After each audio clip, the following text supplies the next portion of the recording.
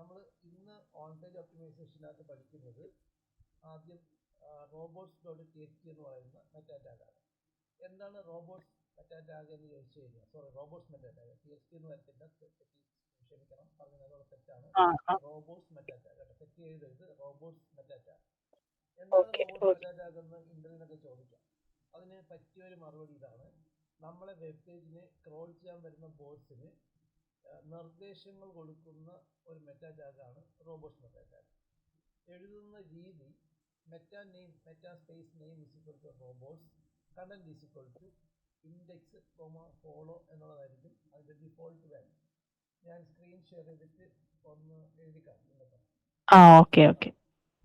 Screen share ചെയ്യുന്നുണ്ട്. Share എൻ്റെ screen കൊടുക്കാം. എൻ്റെ സ്ക്രീൻ ഇപ്പോൾ കാണാം. ഓക്കെ. അപ്പോൾ നമ്മൾ റോബോട്ട്സ് മെറ്റാ ടാഗ് എങ്ങനെയാണ് എഴുതുന്നത് വെച്ച് കഴിഞ്ഞാൽ, meta space name is equal to ഇങ്ങോട്ട് പോകുമ്പോഴത്തേക്ക് റോബോട്ട്സ്, അത് കഴിഞ്ഞ് സ്പേസ് കൊടുത്തിട്ട് കണ്ടന്റ് ഈസ് ഈക്വൽ ടു ഇങ്ങോട്ട് പോകുമ്പോഴത്തേക്ക് ഇൻഡെക്സ് സ്പേസ് ഫോളോ. ഇങ്ങനെയാണ് റോബോട്ട്സ് മെറ്റാ ടാഗിന്റെ ഡിഫോൾട്ട് വാല്യൂ ഇരിക്കുക. Meta space name is equal to robots, അത് ഇങ്ങോട്ട് കൊമയ്ക്കാൻ താഴെ വരിക, space content is equal to index follow. എന്താണ് ക്രോൾ ചെയ്യുമ്പോ ഇൻസ്ട്രക്ഷൻ കൊടുക്കുന്ന ഇതെന്നല്ലേ പറഞ്ഞ, അതിന്റെ ഒരു ഡെഫിനിഷൻ ഒന്ന് പറയാവോ? അപ്പം റോബോട്ട്സ് മെറ്റാ ടാഗ് എന്താണെന്ന് വെച്ച് കഴിഞ്ഞാൽ, നമ്മളെ വെബ് പേജിനെ ക്രോൾ ചെയ്യാൻ വരുന്ന വെബ് ക്രോളേഴ്സിന്, വെബ് ക്രോളർ എന്ന് പറയുമ്പോൾ ഗൂഗിൾ ബോട്ട് പോലെയുള്ള വെബ് ക്രോളേഴ്സ്, അതിന് റോബോട്ട്സ് എന്ന് പറയാറുണ്ട്, സ്പൈഡർ എന്ന് പറയാറുണ്ട്, എന്ന് പറയാറുണ്ട്, വെബ് ക്രോളർ എന്ന് പറയാറുണ്ട്. അപ്പം അങ്ങനെ വരുന്ന വെബ് ക്രോളേഴ്സ്, അത് ആരുടേതൊക്കെ ആകാം. ഗൂഗിളിന്റെ വെബ് ക്രോളർ ആകാം, നമ്മളെ വെബ് പേജിലേക്ക് ക്രോൾ ചെയ്യാൻ വരുന്ന ബാക്കി സെർച്ച് എഞ്ചിൻസിന്റെ ലൈക്ക് ബിങ്ങിന്റെ റോബോട്ട്സ് ആകാം, അല്ലെങ്കിൽ വേറെ ഏതെങ്കിലും സെർച്ച് എഞ്ചിന്റെ റോബോട്ട്സ് ആകാം. ഇപ്പൊ എയുടെ വെബ് ക്രോളേഴ്സ് ഉണ്ട് അല്ലെ, ChatGPTയുടെ ഒക്കെ വെബ് ക്രോളേഴ്സ് ഉണ്ട്, വെബ് ക്രോളേഴ്സ് ആകാം. അങ്ങനെ നമ്മളെ വെബ് പേജിനെ ക്രോൾ ചെയ്യാൻ വരുന്ന വെബ് ക്രോളേഴ്സിന് നിർദ്ദേശങ്ങൾ കൊടുക്കുന്ന ഒരു മെറ്റാ ടാഗാണ് റോബോട്ട്സ് മെറ്റാ ടാഗ്. ഉദാഹരണത്തിന് നമ്മളിപ്പം ഒരു പേജിലേക്ക് അല്ലെങ്കിൽ ഒരു ഓഫീസിലേക്ക് കടക്കുമ്പോൾ, ആ ഒരു വലിയ ഓഫീസിലൊക്കെ ആദ്യമേ തന്നെ ഒരു ഇൻഫർമേഷൻ കൗണ്ടർ ഉണ്ടാവും അല്ലേ. അപ്പം നമ്മൾ വരുന്ന ആൾക്കാർക്ക് ഒരു ഗൈഡ് ലൈൻസ് കൊടുക്കണം. അപ്പം നിങ്ങൾക്ക് ഒരു ഹോസ്പിറ്റലാണെങ്കിൽ വരുന്ന ആൾക്കാർക്ക് അവിടെ റിസപ്ഷനിൽ തന്നെ ഇൻഫർമേഷൻ കൊടുക്കാൻ ആളുണ്ടാവും. ഓക്കെ, പുതിയ ആളാണെങ്കിൽ ഇന്ന സ്ഥലത്ത് പോയി രജിസ്റ്റർ ചെയ്യുക. ഇതിനു മുമ്പേ വന്നിട്ടുള്ള ആൾക്കാരാണെങ്കിൽ നിങ്ങൾക്ക് ഇന്ന് തന്നിരിക്കുന്ന അപ്പോയിൻമെന്റിന്റെ കാർഡ് കൊണ്ടുവന്ന് മെഡിക്കൽ റെക്കോർഡ് ഡിപ്പാർട്ട്മെന്റിൽ കാണിക്കുക, അവിടെ നിന്ന് റിന്യൂവൽ ചെയ്യുക, അതിനുശേഷം ഫീസ് അടയ്ക്കുക, അത് കഴിഞ്ഞിട്ട് ഇന്ന ഓഫീസിൽ പോയി വെയിറ്റ് ചെയ്യുക. അങ്ങനെ നമുക്ക് ഇൻസ്ട്രക്ഷൻ കൊടുക്കുന്ന ഇൻഫർമേഷൻ കൗണ്ടറുകളുണ്ടാവും ഇല്ല. എല്ലാ വലിയ ഓഫീസുകളിലും ഇതുപോലെയുള്ള കൗണ്ടറുകളുണ്ടാവും. നമ്മൾ റെയിൽവേ സ്റ്റേഷനിൽ പോകുകയാണെങ്കിൽ അവിടെ ഇൻഫർമേഷൻ കൗണ്ടറിൽ എന്തൊക്കെ പറയും, ഇന്ന റെയിൽവേ അല്ലെങ്കിൽ ഇന്ന ട്രെയിൻ എത്ര മണിക്കാണ്, അല്ലെങ്കിൽ അത് എത്തിയോ, അല്ലെങ്കിൽ ഇന്ന ട്രെയിൻ ഏത് പ്ലാറ്റ്ഫോമിലാണ് എത്തുക, അങ്ങനെയൊക്കെയുള്ള കാര്യങ്ങളൊക്കെ ആയിരിക്കും നമ്മൾ ഇൻഫർമേഷൻ കൗണ്ടറിൽ ചോദിക്കുക. അപ്പം ഒരു വെബ് പേജിനകത്തേക്ക് എത്തുന്ന വെബ് ക്രോളേഴ്സിന് ഇതേപോലുള്ള നിർദ്ദേശങ്ങൾ കൊടുക്കാനുള്ള ഒരു മെറ്റാ ടാഗാണ് റോബോട്ട്സ് മെറ്റാ ടാഗ്. ഉദാഹരണത്തിന് ഇപ്പൊ ഞാൻ എഴുതി കാണിച്ചിരിക്കുന്ന റോബോട്ട്സ് മെറ്റാ ടാഗ് ഇതിന്റെ ഡിഫോൾട്ട് വാല്യൂ ആണ്, ഡിഫോൾട്ട് ആയിട്ടുള്ള ഒരു റോബോട്ട്സ് മെറ്റാ ടാഗാണ് ഞാനിപ്പോൾ എഴുതിയിരിക്കുന്നത്.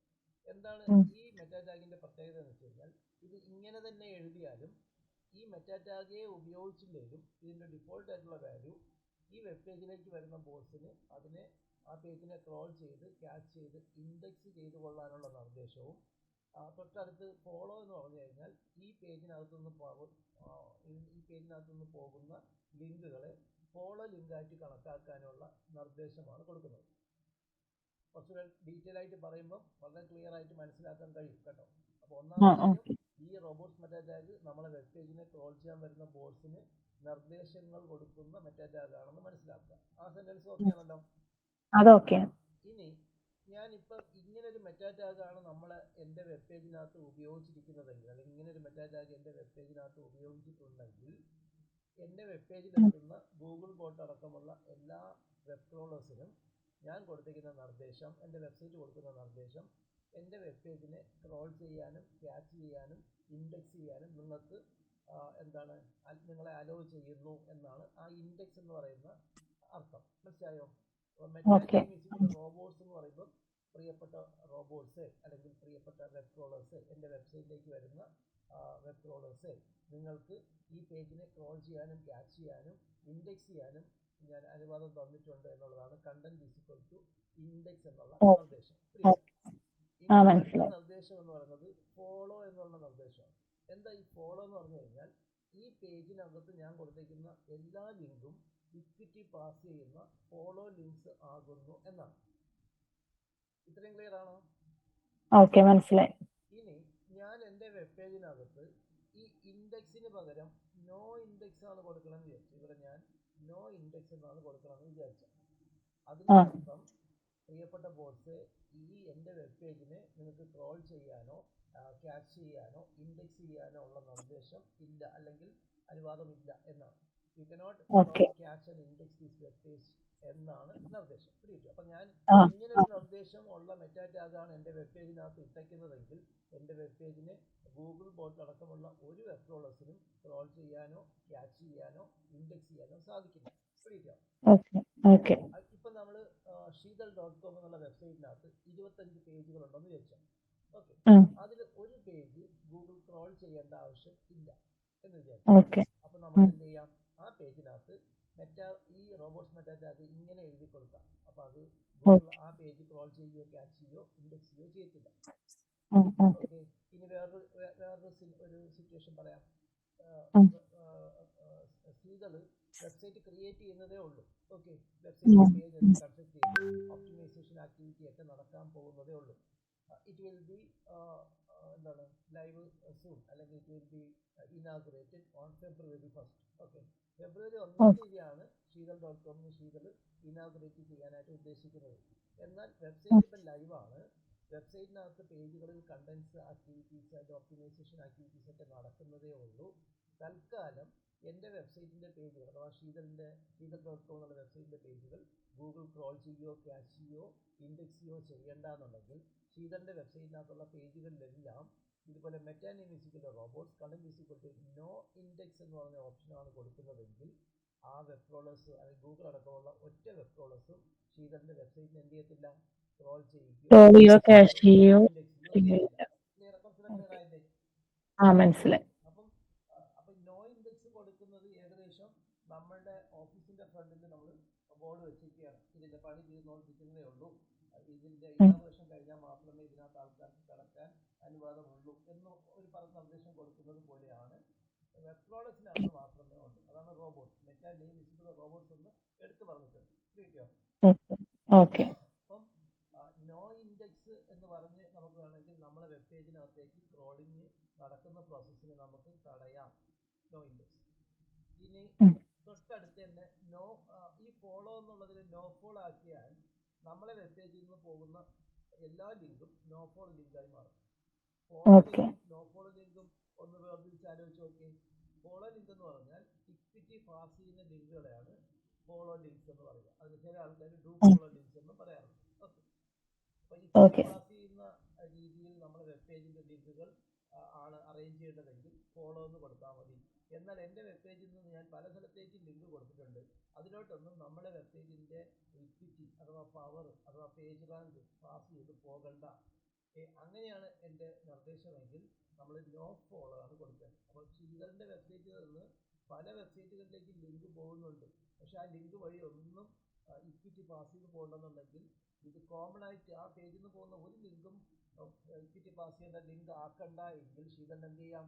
മെറ്റാനേമിസിക്കൽ robots content is equal to no follow എന്ന് കൊടുത്തു കഴിഞ്ഞാൽ ആ ഇക്വിറ്റി അല്ലെങ്കിൽ ആ ലിങ്കുകളൊന്നും ഇക്വിറ്റി പാസ് ചെയ്യാത്ത എന്ത് ലിങ്കായി മാറും? നോ ഫോളോ ലിങ്കായിട്ട് മാറും. ഇനി ഷീതലിന്റെ വെബ്സൈറ്റിനകത്ത് 10 വെബ്സൈറ്റിലേക്ക് ലിങ്ക് കൊടുത്തിട്ടുണ്ട്. അതിൽ ഒരു ലിങ്ക് മാത്രം നോ ഫോളോ ആക്കിയാൽ മതിയെങ്കിൽ ഇതുപോലെ റോബോട്ട്സ് മെറ്റാ ടാഗ് എഴുതി നോ ഫോളോ എന്ന് എഴുതേണ്ട ആവശ്യമില്ല. അവിടെ ആ ഏത് ലിങ്കിൽ നിന്നാണോ ഇക്വിറ്റി പാസ് ചെയ്യേണ്ടാത്തത് ആ ലിങ്ക് ഹൈപ്പർ ലിങ്കായിട്ട് നമ്മൾ ചിലപ്പോൾ എഴുതി കൊടുക്കില്ലേ, ആ ആങ്കർ ടാഗിനകത്ത് നോ ഫോളോ എന്ന് പർട്ടിക്കുലറായിട്ട് എഴുതി കൊടുത്താൽ മതി. പിടിച്ചോ? അപ്പം നോ ഫോളോ കൊടുക്കുന്നത് അല്ലേ? അതായത് നമ്മുടെ വെബ് പേജിനകത്ത് നിന്ന് നമ്മളൊരു പേജിലേക്കോ ഒരു പർട്ടിക്കുലർ ലിങ്കിലേക്കോ പോകുന്നത് ഇക്വിറ്റി പാസ് ആ ചെയ്യേണ്ടാത്ത ലിങ്ക് ആക്കണമെങ്കിൽ ആ ലിങ്ക് കൊടുക്കുന്ന ആങ്കർ ടാഗിനകത്ത് മാത്രം പോയി നോ ഫോളോ കൊടുത്താൽ മതി. പിടിയില്ല. ഓക്കെ ഓക്കെ എന്നാൽ ഓക്കെ എൻ്റെ വെബ്സൈറ്റിൽ നിന്ന് പോകുന്ന എല്ലാ ലിങ്കും നമുക്ക് നോ ഫോളോ ആക്കണമെങ്കിൽ എല്ലാ ലിങ്കിലും പോയി നോ ഫോളോ എന്ന് അടി കൊടുക്കേണ്ട ആവശ്യമില്ല. റോബോട്ട്സ് മെറ്റാറ്റാഗ് എഴുതി കൊടുത്താൽ മതി. മെറ്റാനേം റോബോട്ട്സ് കണ്ടന്റ് നോ ഫോളോ എന്ന് എഴുതി കൊടുത്തു കഴിഞ്ഞാൽ ആ വെബ് പേജിൽ നിന്ന് പോകുന്ന ഒറ്റ ലിങ്കും എന്തായി മാറത്തില്ല, ഡു ഫോളോ ലിങ്കായി മാറത്തില്ല, എല്ലാം നോ ഫോളോ ലിങ്കായി മാറും. അപ്പൊ ഇക്വിറ്റി പാസ് ചെയ്ത് പോകും. Okay okay okay it is like ഒരു മാസ്റ്റർ ടാപ്പ്. ഉദാഹരണത്തിന് നമ്മൾ വലിയ ടാങ്കിനകത്തുനിന്ന് കുഞ്ഞു കുഞ്ഞു പൈപ്പുകൾ വഴി വെള്ളം പോകുന്നുണ്ടെങ്കിലും ഇതിനെല്ലാം കൂടെ ഒറ്റ ടാപ്പ് വഴി അല്ലെങ്കിൽ ഒറ്റ കൺട്രോളർ വെച്ച് നമുക്ക് കൺട്രോൾ ചെയ്യാൻ പറ്റുമെന്ന് വെച്ചാൽ, ഉദാഹരണത്തിന് ഇപ്പം നിങ്ങളുടെ വീട്ടിലെ വാട്ടർ ടാങ്കിൽ നിന്ന് വീട്ടിൻ്റെ നാനാ റൂമുകളിലേക്കുള്ള പലതരത്തിലുള്ള പല വാഷ്റൂമിലേക്കും കിച്ചണിലേക്കും വർക്ക് ഏരിയയിലേക്കും ഗാർഡനിലേക്കും ഒക്കെ വെള്ളം പോയിക്കൊണ്ടിരിക്കുന്നുണ്ട്. അപ്പോൾ പെട്ടെന്ന് ഒരു അനൗൺസ്മെന്റ് വന്നു, എന്താണ്, ഓക്കെ 2 ദിവസത്തേക്ക് കോർപ്പറേഷൻ വാട്ടർ ഉണ്ടായിരിക്കുന്നതല്ല. കൊച്ചി കോർപ്പറേഷൻ്റെ പൈപ്പ് പൊട്ടിയത് കാരണം നോട്ടീസിലെ സംഭവിക്കുന്നതാണ് കേട്ടോ, പത്രത്തിലൊക്കെ വരും, വാർത്തയിലൊക്കെ കാണിക്കും. അടുത്ത 2 ദിവസത്തേക്ക് തമ്മനം ഭാഗത്തേക്ക് അല്ലെങ്കിൽ പാലാരിവട്ടം ഭാഗത്തേക്ക് ജലവിതരണം തടസ്സപ്പെടുന്നു. അങ്ങനെ വരുമ്പോഴത്തേക്ക് മൊത്തത്തിൽ നമുക്ക് കൺട്രോൾ ചെയ്യാൻ പറ്റുന്ന ഒരു കൺട്രോളർ ഉണ്ടെങ്കിൽ നമുക്ക് എന്ത് ചെയ്യാം, ഒരു സ്ഥലത്തേക്ക് വെള്ളം തൽക്കാലം പോണ്ട. അപ്പോൾ നമുക്ക് എന്ത് ചെയ്യാം, ആ മാസ്റ്റർ കൺട്രോൾ അല്ലെങ്കിൽ അത് കൺട്രോൾ ചെയ്യുന്ന പൈപ്പ് നമ്മൾ എന്ത് ചെയ്താൽ മതി, ഒന്ന് ക്ലോസ് ചെയ്ത് വെച്ചാൽ മതി. അതേപോലെ നമ്മളെ വെബ്സൈറ്റിനകത്ത് നിന്ന് പോകുന്ന ഒരു ലിങ്കും ഇക്വിറ്റി പാസ് ചെയ്യേണ്ടാത്ത രീതിയിൽ നമ്മൾ ക്രമീകരിക്കണമെങ്കിൽ നമുക്ക് റോബോട്ട്സ് മെറ്റാറ്റാഗ് എഴുതി നോ ഫോളോ ആഡ് ചെയ്ത് കൊടുത്താൽ മതി. ക്ലിയർ ആവുന്നുണ്ടോ? മനസ്സിലായി. അപ്പൊ ഇനി നോക്കിയേ, ഇനി റോബോട്ട്സ് മെറ്റാറ്റാഗ് എന്ന് പറയുമ്പോൾ ഈ ഇൻഡെക്സ് ഫോളോ എന്നുള്ളതാണ് ഇതിന്റെ ഡിഫോൾട്ട് വാല്യൂ എന്ന് മനസ്സിലാക്കുക. അതിന്റെ അർത്ഥം വ്യക്തമായിട്ട് മനസ്സിലാക്കണം. ഈ റോബോട്ട്സ് മെറ്റാറ്റാഗേ നമ്മൾ ഉപയോഗിച്ചില്ലെങ്കിലും അതിന്റെ ഡിഫോൾട്ട് വാല്യൂ ഇൻഡെക്സ് ചെയ്യാനും ലിങ്കുകളെല്ലാം ഫോളോ ചെയ്യാനുള്ള നിർദ്ദേശമായിരിക്കും. നമ്മൾ എഴുതുന്ന ഒരു പേജിനകത്ത് റോബോട്ട്സ് മെറ്റാറ്റാഗേ എഴുതിയില്ലെങ്കിലും അവിടുത്തെ ഡിഫോൾട്ട് വാല്യൂ എന്തായിരിക്കും, ആ പേജിനെ സ്ക്രോൾ ചെയ്യാനുള്ളതും ഇൻഡെക്സ് ചെയ്യാനുള്ളതും അതുപോലെ തന്നെ അതിനകത്ത് നിന്ന് പോകുന്ന എല്ലാ ലിങ്കുകളും ഫോളോ ലിങ്കായിട്ട് കണക്കാക്കുന്നതായിരിക്കും ഡിഫോൾട്ട് വാല്യൂ. അത് ക്ലിയർ ആയല്ലോ? ക്ലിയർ ആയി. ഇതിന്റെ പല വേർഷനുകളെ പറ്റി പഠിക്കാം. റോബോട്ട്സ് മെറ്റാറ്റാഗ് തന്നെ ഇൻഡെക്സ്, നോ ഇൻഡെക്സ്, അതുപോലെ തന്നെ അടുത്തൊരു വേർഷൻ പറഞ്ഞുതരാം, നോ ഇമേജ് ഇൻഡെക്സ്. എന്തായിരിക്കും എന്ന് മനസ്സിലാക്കാമല്ലോ. നോ ഇമേജ് ഇൻഡെക്സ്, നമ്മളെ വെബ് പേജിനകത്ത് നമ്മൾ പബ്ലിഷ് ചെയ്യുന്ന ഇമേജുകളൊന്നും ഗൂഗിളിനകത്ത് ഇൻഡെക്സ് ചെയ്യണ്ട എന്നുള്ള നിർദ്ദേശം. No image index. നോ വേറൊരു നിർദ്ദേശം പറയാം, NOODP. ഇതല്പം കോംപ്ലിക്കേറ്റഡ് ആണ് കേട്ടോ. NOODP എന്ന് പറഞ്ഞു കഴിഞ്ഞാൽ അത് പ്രത്യേക നിർദ്ദേശമാണ്. നമ്മളുടെ വെബ്സൈറ്റിനെ പറ്റി ഓപ്പൺ ഡയറക്ടറി പ്രോജക്റ്റിനകത്ത് പറഞ്ഞിരിക്കുന്ന കാര്യങ്ങളൊന്നും നമ്മളെ വെബ്സൈറ്റിന്റെ ഭാഗമായിട്ട് ഡിസ്ക്രിപ്ഷനായിട്ട് കാണിക്കേണ്ട എന്ന നിർദ്ദേശമാണ്. ക്ലിയർ ആയിട്ട് ഞാൻ പറഞ്ഞുതരാം, പേടിക്കേണ്ട ആവശ്യമില്ല. റോബോട്ട്സ് മെറ്റാറ്റാഗ് എഴുതുന്ന വേർഷനുകളിൽ റോബോട്ട്സ് കണ്ടന്റ് NOODP എന്ന് പറയുന്ന ഇതിന്റെ കൂടെ ഇൻഡെക്സ് ഇല്ല, അത് ഇൻഡെക്സ് ചെയ്യേണ്ട ആവശ്യമില്ല. ഇൻഡെക്സ് എന്നല്ല, NOODP എന്ന് പറയുന്ന നിർദ്ദേശം മാത്രം ഒന്ന് പഠിച്ചെടുത്താൽ മതി. എന്താണെന്ന് ഞാൻ പറഞ്ഞുതരാം, ക്ലിയർ ആയിട്ട് പറഞ്ഞുതരാം, പ്രശ്നമില്ല. അപ്പൊ ഇതൊരു നിർദ്ദേശമാണെന്ന് ആദ്യം മനസ്സിലാക്കുക. ഇൻഡെക്സ് പോലെ തന്നെ വേറൊരു നിർദ്ദേശമാണ്. ഓക്കെ, ഈ നിർദ്ദേശത്തിന്റെ അർത്ഥം do not use the description provided in open directory project എന്നാണ്. അപ്പം NOODP മീൻസ് ഇങ്ങനെ എഴുതണം കേട്ടോ. NOODP എന്നുള്ള രീതിയിൽ നിർദ്ദേശം കൊടുക്കാം. അത് എഴുതുന്നത് എങ്ങനെയാണ്, meta name robot content NOODP. Okay, എന്നിട്ട് താഴെ എഴുതണം NOODP means do not use the description provided in open directory project എന്നാണ്. ഞാൻ ഓപ്പൺ ഡയറക്ടറി പ്രോജക്റ്റ് എന്ന് പറഞ്ഞൊരു വാക്ക് 2 ദിവസം മുമ്പ് പറഞ്ഞിട്ടുണ്ടാകും. നമ്മുടെ നമ്മുടെ വെബ് പേജിനെ പറ്റി ഓപ്പൺ ഡയറക്ടറി പ്രോജക്റ്റിനകത്ത് എന്തെങ്കിലും പറഞ്ഞിട്ടുണ്ടെങ്കിൽ ഗൂഗിൾ നമ്മുടെ പേജിനെ പറ്റിയുള്ള ഡിസ്ക്രിപ്ഷനായിട്ട് സ്നിപ്പെറ്റിനകത്ത് അത് കാണിക്കുന്ന സിറ്റുവേഷൻ ഉണ്ടെന്ന് ഞാൻ പറഞ്ഞു, ഉണ്ടാകാറുണ്ട്. ഉദാഹരണത്തിന് നമ്മളെ വെബ്സൈറ്റിനെ പറ്റി നമ്മൾ കൃത്യമായിട്ടൊരു ഡിസ്ക്രിപ്ഷൻ കൊടുക്കാതിരിക്കുകയോ കൊടുത്തിരിക്കുന്ന ഡിസ്ക്രിപ്ഷൻ ഫെയിൽ ആവുകയോ പേജിന്റെ ബോഡി പോർഷനകത്ത് നിന്നുള്ള ഏതെങ്കിലും കണ്ടന്റാണ് എടുക്കാൻ സാധ്യതയുള്ളത്. എന്നാൽ അവിടെ മതിയായ വിധത്തിലുള്ള റിലവൻ്റ് ആയിട്ടുള്ള കണ്ടന്റ് ഡിസ്ക്രിപ്ഷൻ ഇല്ലാതിരിക്കുകയും നമ്മളെ വെബ്സൈറ്റിനെ പറ്റി ഓപ്പൺ ഡയറക്ടറി പ്രോജക്റ്റിനകത്ത് ഒരു ക്ലാരിറ്റി ഉള്ള ഡിസ്ക്രിപ്ഷൻ കൊടുത്തിരിക്കുകയും ചെയ്യുമ്പോൾ ഗൂഗിൾ എന്ത് ചെയ്യും? ഓപ്പൺ ഡയറക്ടറി പ്രോജക്റ്റിനകത്ത് നമ്മളെ പറ്റി എന്താണോ പറഞ്ഞിരിക്കുന്നത് ആ ഡിസ്ക്രിപ്ഷൻ കടമെടുത്ത് നമ്മളെ വെബ്സൈറ്റിന്റെ സ്നിപ്പറ്റിനകത്ത് ഡിസ്ക്രിപ്ഷനായിട്ട് കൊടുക്കാറുണ്ട്. ഓക്കെ. എന്നാൽ നമ്മളെ വെബ്സൈറ്റിനെ പറ്റി ഓപ്പൺ ഡയറക്ടറി പ്രോജക്റ്റിനകത്ത് പറഞ്ഞിരിക്കുന്ന കാര്യം നമ്മളുടെ ഡിസ്ക്രിപ്ഷനായിട്ട് ഗൂഗിൾ എടുക്കണ്ട എങ്കിൽ നമ്മൾ എന്ത് ചെയ്യണം? NODP എന്ന് കൊടുക്കണം. ഇനി കൊടുക്കുന്ന ഒരു സാഹചര്യം കൂടെ പറയാം, അപ്പൊ നിങ്ങൾക്ക് കുറച്ചുകൂടെ ക്ലാരിറ്റി കിട്ടും. ഓക്കെ, പറയട്ടെ. ഉദാഹരണത്തിന് sheetal.com എന്ന് പറയുന്ന ഒരു വെബ്സൈറ്റ് നേരത്തെ ഉണ്ടായിരുന്നതാണ്. ഒരു കഴിഞ്ഞ 5 വർഷമായിട്ട് sheetal.com ഉണ്ട്. ഓക്കെ, അത് കഴിഞ്ഞ 5 വർഷമായിട്ട് എന്തെങ്കിലും ഒരു ബിസിനസ് ലൈക്ക് അതൊരു എന്താണ് ബൊട്ടിക്കിന്റെ വെബ്സൈറ്റ് ആണെന്ന് വിചാരിച്ചു, sheetal.com, അല്ലെങ്കിൽ ഒരു ബ്യൂട്ടി പാർലറിന്റെ വെബ്സൈറ്റ് ആണെന്ന് വിചാരിച്ചു. ഓക്കെ, sheetal.com കഴിഞ്ഞ 5 വർഷമായിട്ട് ബ്യൂട്ടി പാർലർ വെബ്സൈറ്റ് ആണ്. ശരിയായിട്ടല്ലോ? ഓക്കെ. എന്നാൽ റീസെന്റ് ആയിട്ട് ഒരു വെബ്സൈറ്റ് തുടങ്ങണമെന്ന ആഗ്രഹത്തോടെ ശീതൾ എന്ത് ചെയ്തു? ഒരു വെബ്സൈറ്റ് ഡൊമൈൻ എടുക്കാം, അല്ലെങ്കിൽ വെബ്സൈറ്റ് ക്രിയേറ്റ് ചെയ്യാനായിട്ട് എൻ്റെ പേരിൽ ഒരു വെബ്സൈറ്റ് ഉണ്ടോ, ഉണ്ടാക്കാൻ പറ്റുമോ, അല്ലെങ്കിൽ എൻ്റെ പേരിൽ ഒരു ഡൊമൈൻ അവൈലബിൾ ആണോ എന്ന് ശീതൾ നോക്കി. ഓക്കെ, അത് കോടാടി പോലെയുള്ള ഏതെങ്കിലും സ്ഥലത്ത് പോയിട്ട് sheetal.com അവൈലബിൾ ആണോ എന്ന് നോക്കിയപ്പോൾ ഭാഗ്യത്തിന് sheetal.com it was ready to book. Okay, അത് ബുക്ക് ചെയ്ത് എടുക്കാം. അപ്പോൾ ശീതൾ എന്ത് ചെയ്തു? സമയം കളയാതെ അപ്പം തന്നെ sheetal.com എന്ന് പറയുന്ന ഡൊമൈനിന് പൈസ കൊടുത്ത് കരസ്ഥമാക്കി. ചിലപ്പോൾ അതിന് 750 1200 രൂപ കൊടുത്തു കഴിഞ്ഞാൽ ഒരു വർഷത്തേക്ക് sheetal.com എന്നുള്ള ഡൊമൈനിന് ശീതളിന് സ്വന്തമാക്കാം. ഓക്കെ, അപ്പൊ അങ്ങനെ ആ വെബ്സൈറ്റ് അല്ലെങ്കിൽ ആ ഡൊമൈൻ നെയിം ശീതൾ സ്വന്തമാക്കി എന്ന് വിചാരിച്ചു. എന്നിട്ട് ശീതൾ എന്ത് ചെയ്തു?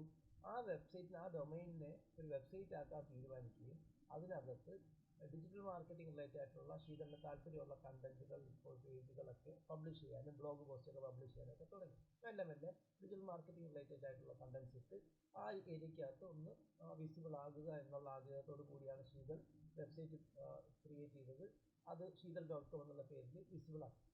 പക്ഷേ കഴിഞ്ഞ 5 വർഷക്കാലം ഇത് ഒരു ബ്യൂട്ടി പാർലറിന്റെ വെബ്സൈറ്റ് ആയിരിക്കുകയും ആ ബ്യൂട്ടി പാർലറിന്റെ വെബ്സൈറ്റ് എന്നുള്ള നിലയ്ക്ക് ഇതിനൊരു പ്രത്യേക തരത്തിലുള്ള ട്രസ്റ്റ്, വിസിബിലിറ്റി, റെപ്യൂട്ടേഷൻ, ബാക്ക് ലിങ്കുകളൊക്കെ കിട്ടുകയും ചെയ്തിട്ടുണ്ടെങ്കിൽ ഗൂഗിളിന്റെ ഡേറ്റാബേസ് അടക്കം, അല്ലെങ്കിൽ ഇതിനെ നേരത്തെ ക്രോൾ ചെയ്തിട്ട വെബ് ക്രോളേഴ്സ് അടക്കം ഈ വെബ്സൈറ്റിനെ പറ്റി ഓപ്പൺ ഡയറക്ടറി പ്രോജക്റ്റിനകത്തും പറയുന്നത് ഇത് കൊച്ചിയിലുള്ള വിഖ്യാതമായിട്ടുള്ള ഒരു ബ്യൂട്ടീഷ്യന്റെ വെബ്സൈറ്റ് ആയിട്ടാണ്, അല്ലെങ്കിൽ ഞാൻ നേരത്തെ പറഞ്ഞിട്ടുള്ളതുപോലെ വലിയ വിഖ്യാതമായിട്ടുള്ള വിശ്വാസയോഗ്യമായിട്ടുള്ള ന്യൂസ് വെബ്സൈറ്റിലോ അല്ലെങ്കിൽ BBC-ക്കകത്തോ ഒക്കെ ചർച്ച ചെയ്തിട്ടുണ്ട് ഈ വെബ്സൈറ്റിനെ പറ്റി. അവിടെ എന്താ പറഞ്ഞിരിക്കുന്നത്? It is discussed as A or explained or described as A most famous beauticians website ആയിട്ടാണ് അവിടെ ഡിസ്ക്രൈബ് ചെയ്തിരിക്കുന്നതെങ്കിൽ ചിലപ്പം sheetal.com എന്ന് ഗൂഗിൾ ചെയ്യുമ്പോൾ ഗൂഗിൾ എന്ത് കാണിക്കും? ഇത് കൊച്ചിയിലുള്ള ബ്യൂട്ടി പാർലറിന്റെ വെബ്സൈറ്റ് ആണെന്ന് കാണിക്കാൻ ചാൻസ് ഉണ്ട്. അതിന് ചാൻസുകൾ വളരെ ഹൈ ആണ്. വലിയ വിഖ്യാതമായിട്ടുള്ള ഒരു വെബ്സൈറ്റിനകത്ത് പറഞ്ഞിട്ടുണ്ടെങ്കിലോ വലിയ ന്യൂസ് വെബ്സൈറ്റുകളിൽ മെൻഷൻ ചെയ്തിട്ടുണ്ടെങ്കിലോ ഒക്കെ ആ ഡിസ്ക്രിപ്ഷൻ ആരെടുക്കാറുണ്ട്? ഗൂഗിൾ എടുക്കാറുണ്ട്. അതേപോലെ sheetal.com നേരത്തെ ബ്യൂട്ടി പാർലർ വെബ്സൈറ്റ് ആയിരുന്നപ്പോൾ തന്നെ ആ വെബ്സൈറ്റിനെ പറ്റി ഓപ്പൺ ഡയറക്ടറി പ്രോജക്റ്റ് വെബ്സൈറ്റുകൾ, ഓപ്പൺ ഡയറക്ടറി എന്ന് പറഞ്ഞാൽ എന്താണ്? ബിസിനസ്സുകളെ ലിസ്റ്റ് ചെയ്യുന്ന ഡയറക്ടറി തന്നെയാണ്.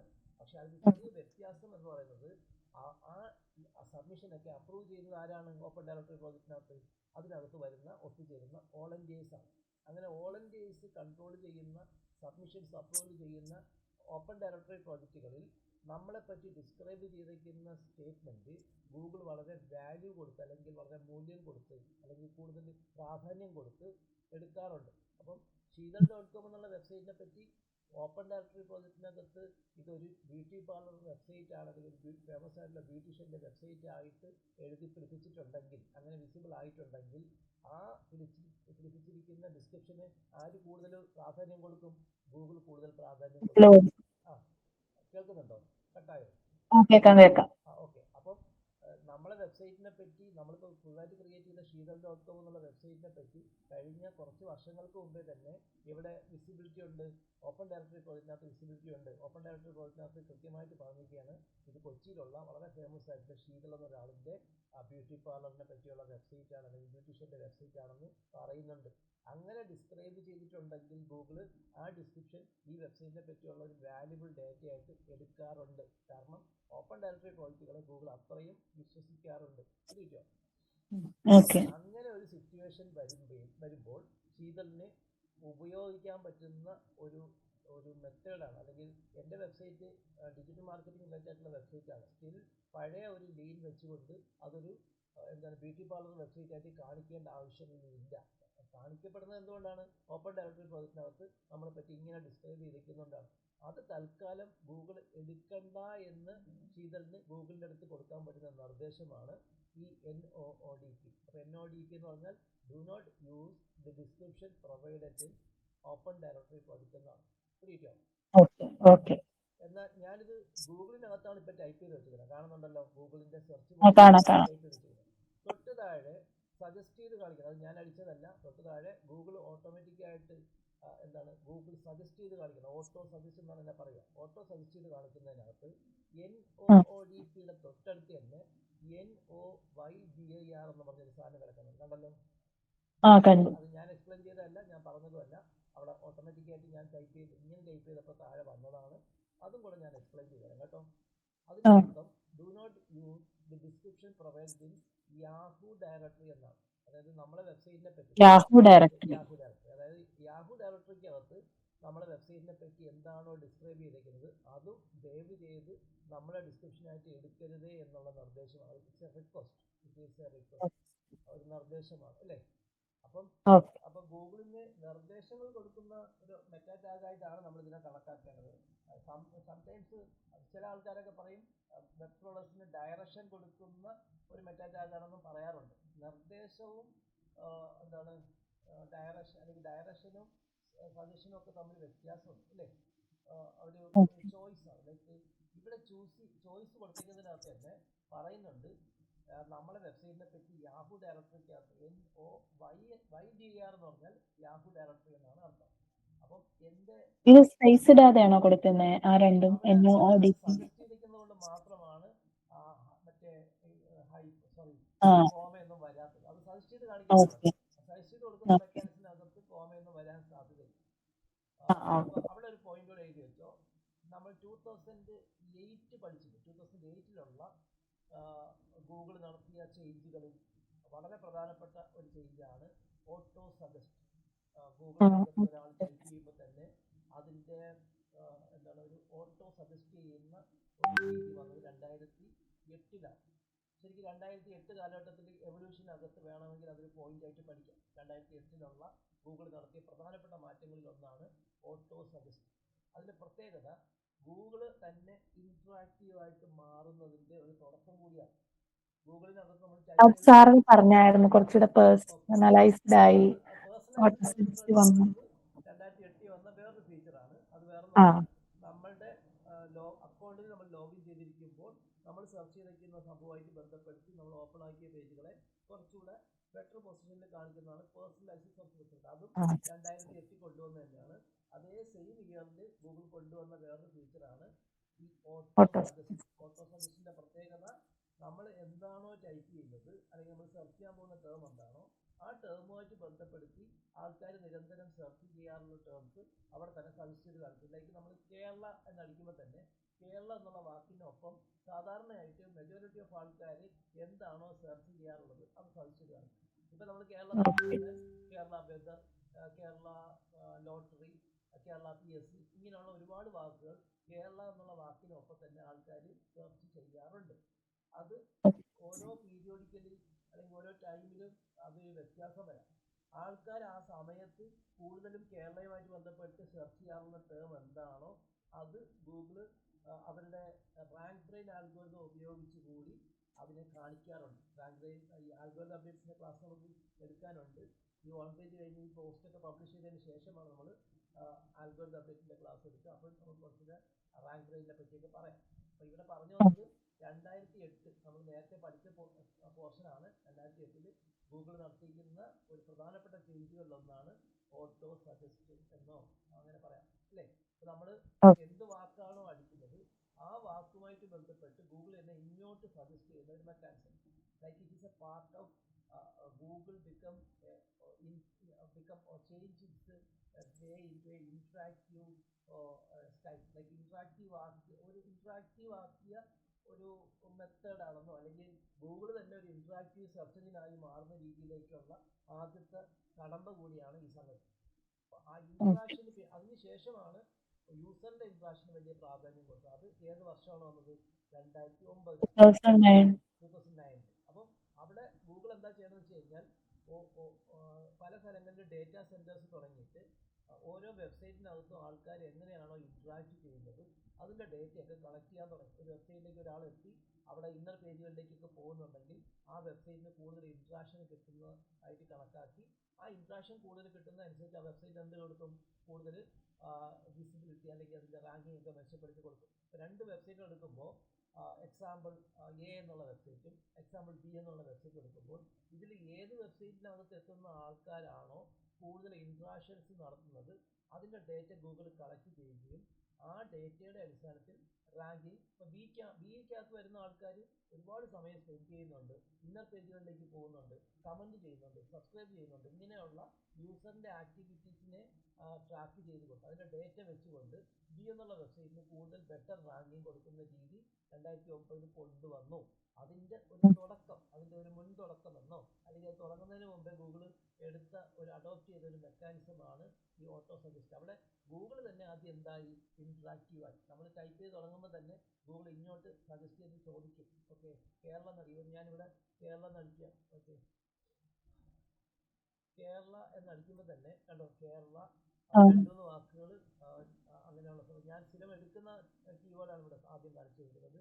പിന്നെ ലീഗൽ സർവീസ് അതോറിറ്റി ഞാൻ സെർച്ച് ചെയ്യും. അപ്പൊ ഈ 3 സംഗതികളും അല്ലെങ്കിൽ ഈ ആദ്യം കാണുന്ന 3-4 സംഭവങ്ങൾ ഞാൻ സെർച്ച് ചെയ്യാറുള്ള സംഭവങ്ങളാണ്.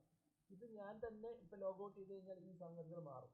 അപ്പം ഞാൻ സെർച്ച് ചെയ്തിരിക്കുന്ന ഡേറ്റയെ വെച്ചുകൊണ്ട് എനിക്ക് തന്നെ സജസ്റ്റ് ചെയ്ത് കാണിക്കുന്ന ഇത് ഒരു ഓട്ടോ സജസ്റ്റും അതിനൊപ്പം തന്നെ പേഴ്സണലൈസ്ഡ് സെർച്ച് റിസൾട്ടിന്റെയും കൂടെ ഒരു സംയുക്തമായിട്ടുള്ള സംഗതിയാണ് ഈ ആദ്യം കാണുന്ന 3-4 റിസൾട്ട്. ഇത് ഞാൻ ഇതിനു മുമ്പേ സെർച്ച് ചെയ്തിട്ടുള്ള വാക്കാണ്. ഇതും ഞാൻ നേരത്തെ സെർച്ച് ചെയ്തിട്ടുള്ള വാക്കാണ്.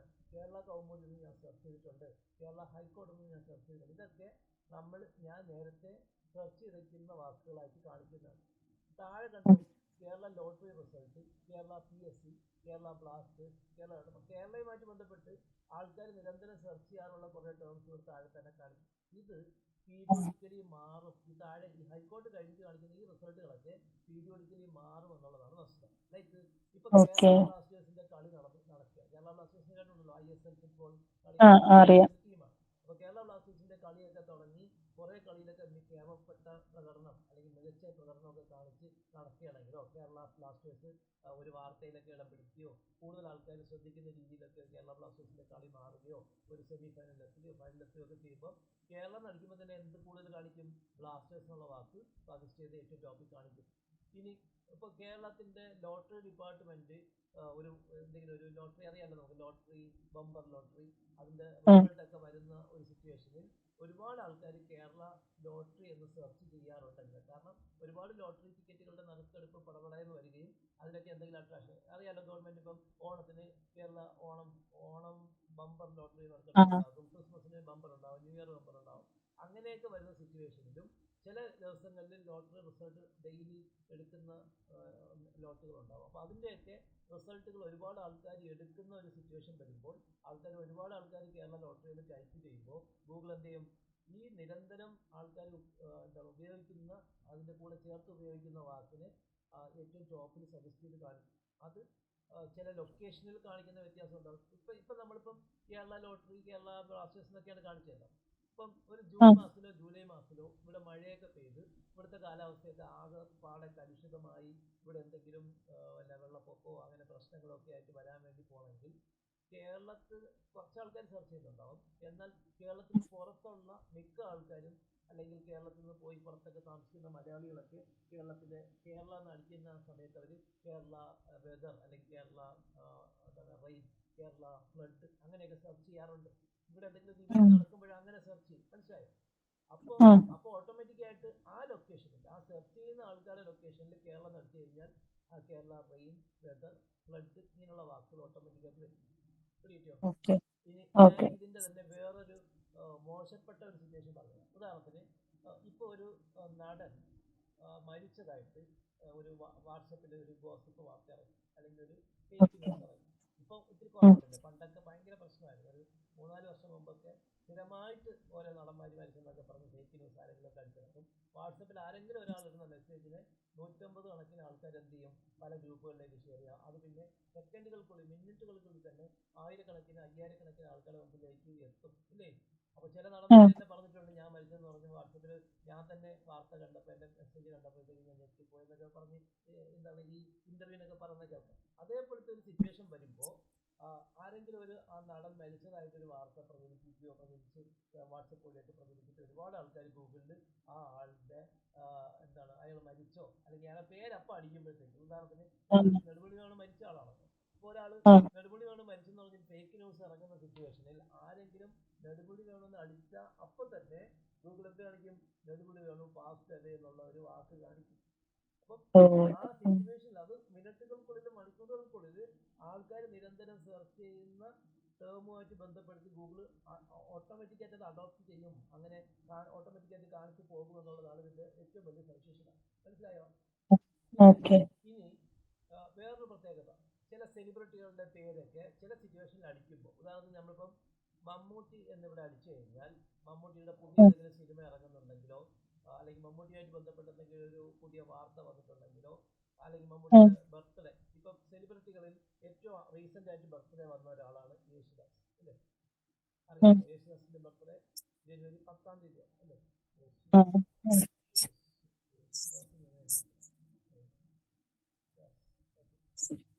യേശുദാസ് എന്ന് അടിച്ചപ്പം യേശുദാസ് മലയാളം എന്ന് വന്നിട്ടുണ്ട്, റിലീജിയൻ എന്ന് വന്നിട്ടുണ്ട്. ഇപ്പം ഏജ് എന്ന് കാണിക്കുന്നത് 3-ാമത്തെ പൊസിഷനാണ് കാണിക്കുന്നത്. മനസ്സിലായോ? സത്യം പറഞ്ഞു കഴിഞ്ഞാൽ ഇന്ന് 14-ആയി. കൃത്യം 3 ദിവസം മുമ്പോ അല്ലെങ്കിൽ 10-ാം തീയതിയോ 11-ാം തീയതിയോ ഗൂഗിളിൽ യേശുദാസ് സെർച്ച് ചെയ്ത് കഴിഞ്ഞാൽ യേശുദാസ് ഏജ്, യേശുദാസ് ബർത്ത്ഡേ എന്നൊക്കെ ഉള്ള സംഗതി ആദ്യമോ രണ്ടാമതോ കാണിക്കും. ഇതാണ് ഇതിന്റെ സിറ്റുവേഷൻ. അപ്പൊ ഇത് സജസ്റ്റ് എന്ന് പറയുന്നൊരു മെക്കാനിസമാണ്. 2008 തുടങ്ങിയതാണ് സജസ്റ്റ്. പക്ഷെ അത് ഭയങ്കരമായിട്ട് ഇംപ്രവൈസ് ചെയ്ത് 2015 ആയപ്പോൾ ആൾക്കാർ ഒരു ടേമുമായിട്ട് ബന്ധപ്പെട്ട് നിരന്തരം സെർച്ച് ചെയ്യാനുള്ള വാക്കുകളെ ഗൂഗിൾ തന്നെ ഓട്ടോമാറ്റിക്കായിട്ട് കണ്ടെത്തി അതിന്റെ സെർച്ച് ചെയ്യുന്ന എണ്ണം നോക്കിയിട്ടും ഏത് ലൊക്കേഷനിലാണ് കൂടുതൽ നോക്കുന്നതൊക്കെ നോക്കിയിട്ടും എന്ത് ചെയ്യും, അതിനെ ഓട്ടോമാറ്റിക്കായിട്ട് സജസ്റ്റ് ചെയ്ത് കാണിക്കുന്ന ഒരു മെക്കാനിസത്തിലേക്ക് മാറി. റാങ്ക് ബ്രെയിൻ എന്ന് പറഞ്ഞ ആൽഗോരിതമാണ്. ഇപ്പം അത് എഴുതണ്ട, നമ്മൾ ആൽഗോരിതം അപ്ഡേറ്റ് പഠിക്കുമ്പോൾ റാങ്ക് ബ്രെയിൻ ഡീറ്റെയിൽ ആയിട്ട് പഠിപ്പിക്കുന്നുണ്ടാവും കേട്ടോ. അപ്പോൾ നമുക്ക് എഴുതാം. ഓക്കെ, നമുക്ക് തിരിച്ചു വരാം. നമ്മൾ റോബോട്ട്സ് മെറ്റാടാഗിനെ പറ്റിയാണ് പറഞ്ഞത്. ഏകദേശ കാര്യങ്ങളും പറഞ്ഞു കഴിഞ്ഞു. Meta name is equal to ഇന്നത്തെ കോമയ്ക്കകത്ത് robots, content is equal to എന്താണ് ഇൻഡെക്സ് കോമ എന്നുള്ളതാണ് റോബോട്ട്സ് മെറ്റാടാഗിന്റെ ഡിഫോൾട്ട് വാല്യൂ. നമ്മുടെ വെബ് പേജ് ഏതെങ്കിലും കാരണവശാൽ ഇൻഡെക്സ് ചെയ്യണ്ട എന്നുള്ളതാണ് നമ്മുടെ നിർദ്ദേശമെങ്കിൽ നമുക്ക് നോ ഇൻഡെക്സ് കൊടുക്കാം.